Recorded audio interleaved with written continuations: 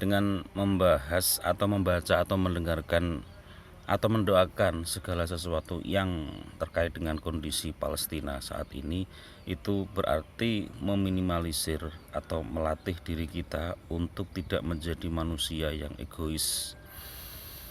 Artinya dalam diri setiap manusia itu ada unsur kemanusiaan yang kalau itu dirusak oleh pihak, meskipun itu tempatnya jauh dari tempat kita, dan kita merasakan itu, berarti kemanusiaan kita sudah hidup, kemanusiaan kita masih bisa untuk diajak berpikir tentang manusia, meskipun itu nggak ada hubungan secara langsung, meskipun bukan termasuk keluarga kita atau apa, yang penting itu adalah manusia, dimana kemanusiaan ketika dirusak kita juga ikut merasakan seperti itu. Nah, disinilah saya kira konteks kalau ada orang menjawab buat apa mikir yang jauh-jauh seperti itu ya.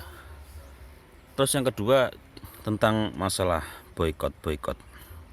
Nah, kalau kita tidak setuju, misalnya kalau Anda tidak setuju dengan boykot dengan alasan karena produk-produk yang mendukung Israel itu juga ternyata menyuplai tenaga untuk Israel, ya maka saya sarankan untuk diam saja.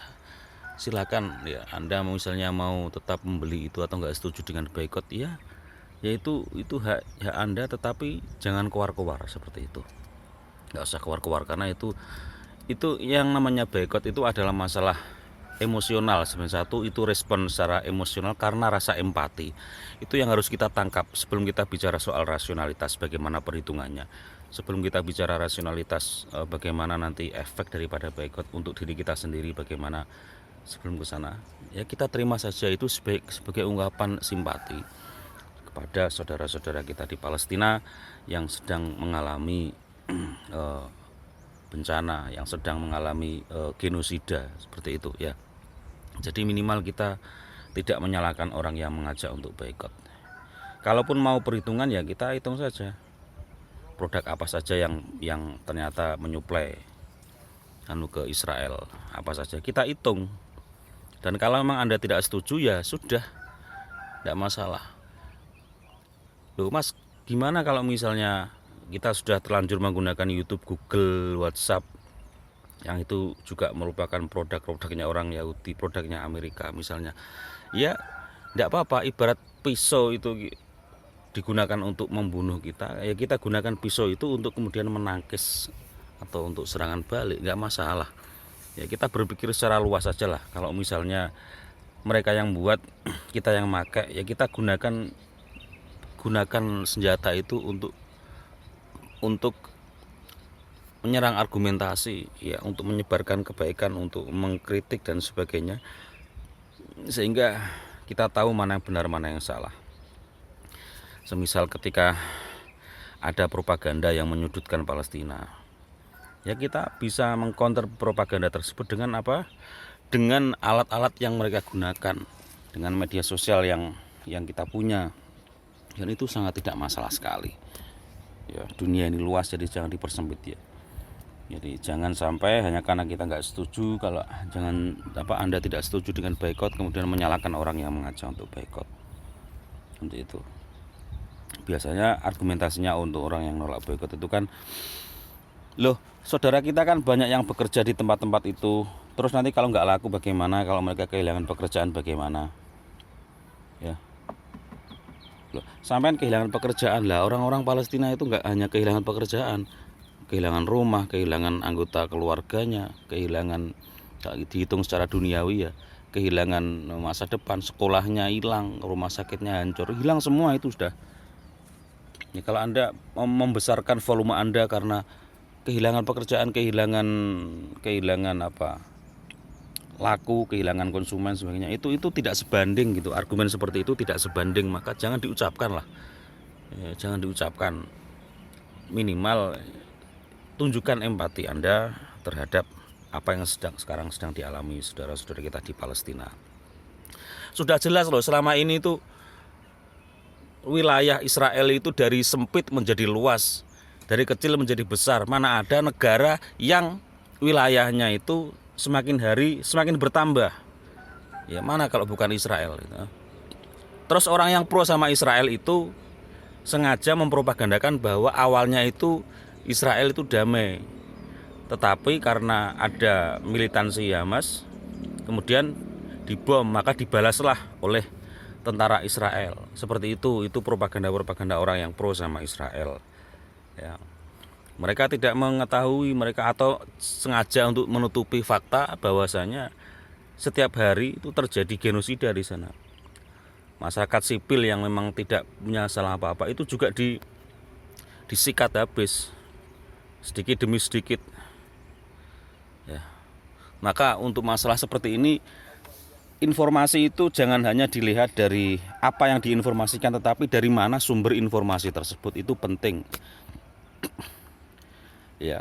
Untuk anda yang tidak pernah ke Israel, tidak pernah ke Palestina misalnya, seperti saya juga belum pernah ke sana ya, referensi terbaik adalah referensi orang yang punya pengalaman hidup di sana dalam waktu yang cukup lama dan juga mempunyai empati, rasa kemanusiaan terhadap saudara-saudara yang ditindas di sana. Nah, itulah informasi yang tervalid, bukan hanya valid secara ilmiah tapi juga valid secara kemanusiaan. Ya. Jadi bukan hanya orang yang berpikir sok rasional tapi dalam hati mereka pro terhadap Israel. Nah, kita kan sudah ditunjukkan ya, misalnya bagaimana ini ada 2 orang yang selama ini beliau punya akun YouTube dan punya pengalaman hidup di Palestina dalam waktu yang lama, misalnya kayak Bang Onim dan juga siapa itu Husain Gaza itu ya. Saya kira mereka berdua memang sengaja Allah selamatkan untuk kemudian memberikan cerita, untuk menyebarkan cerita-cerita, fakta-fakta, pengalaman-pengalaman yang mereka berdua selama di Palestina untuk dibagikan kepada seluruh dunia, utamanya di Indonesia karena mereka orang Indonesia. Nah, makanya kita harus menggali, mendengarkan dari orang-orang yang seperti ini, bukan dari orang-orang yang punya nada sinis terhadap gerakan empati terhadap masyarakat Palestina. Coba mirisnya lagi itu kalau datang dari kalangan santri yang katanya sering mengaji gitu loh. Misalnya ada istilah boikot, kemudian dia tidak setuju, malah dia memajang fotonya atau memajang statusnya di WA-nya, memajang ini minuman produk Israel seger, produk susu untuk anak-anak juga suka seger. Nah, itu kan sangat tidak etis sekali hal seperti itu ditunjukkan kepada santri lah, yang menunjukkan adalah seorang santri lagi. Pemenang santri ini ngomong misalnya, kalau misalnya nanti dibaikot terus nanti bagaimana kerjaan orang-orang seperti ini. Lah kalau ngaji katanya rizki itu dari Allah. Rizki dari Allah. Kalau ngaji hikam seperti itu. Ya. Katanya bekerja itu ibadah, rizki itu jatah atau bagaimanalah bahasanya. Ya, kalau ngaji kok bisa dengan mudah menerima itu, tapi ketika ditunjukkan kebenaran kok Anda suka berkelit. Kalaupun sekarang belum bisa kan tidak harus semuanya. Kalau Anda misalnya boikot tidak bisa 100%, kan minimal Anda pertegas bahwasanya mendukung Israel itu adalah sesuatu yang salah, karena Israel jelas dalam sejarah sudah memporak-porandakan Palestina. Jelas sekali itu. Sudah. Klaim teologis mereka adalah kembali ke tanah yang dijanjikan. Meskipun pada saat mereka diajak untuk ke Palestina dulu waktu zamannya Nabi Musa, mereka menolak juga. Tapi ketika tanah itu sudah dimiliki oleh warga Palestina, disikat juga secara administrasi, nggak dipedulikan gitu loh. Anda mau membenarkan perilaku seperti ini, nah tunjukkan dong ya. Katanya orang mengaji itu pasti tahu kalau memegang agama di akhir zaman itu seperti memegang bara, dipegang panas tapi dilepaskan nanti bara terlepas kan gitu. Nah, sekarang kita tahu dengan seperti ini, kita tahu siapa orang yang dengan imannya itu dia benar-benar bertanggung jawab terhadap kemanusiaan, atau orang yang imannya tidak punya pengaruh terhadap kemanusiaan. Kalau Anda tidak marah terhadap peristiwa yang di Palestina itu, kalau Anda tidak empati minimal, itu imannya dipertanyakan. Sok pinter hanya mengukur dengan argumentasi. Loh, nanti kalau kehilangan pekerjaan bagaimana? Betul, kehilangan pekerjaan itu suatu masalah, tetapi apakah pantas itu kemudian diucapkan? Ya, Ketika orang mau memboikot atau menghalangi, paling tidak orang ingin punya harapan supaya Israel itu tidak terlalu menekan Gaza. Dengan cara apa? Dengan cara boikot. Loh, kalau nggak bisa gimana? Nggak bisa ya diam saja. Diam saja itu sudah bagian dari empati, minimal ya. Minimal diam, tidak mendebat.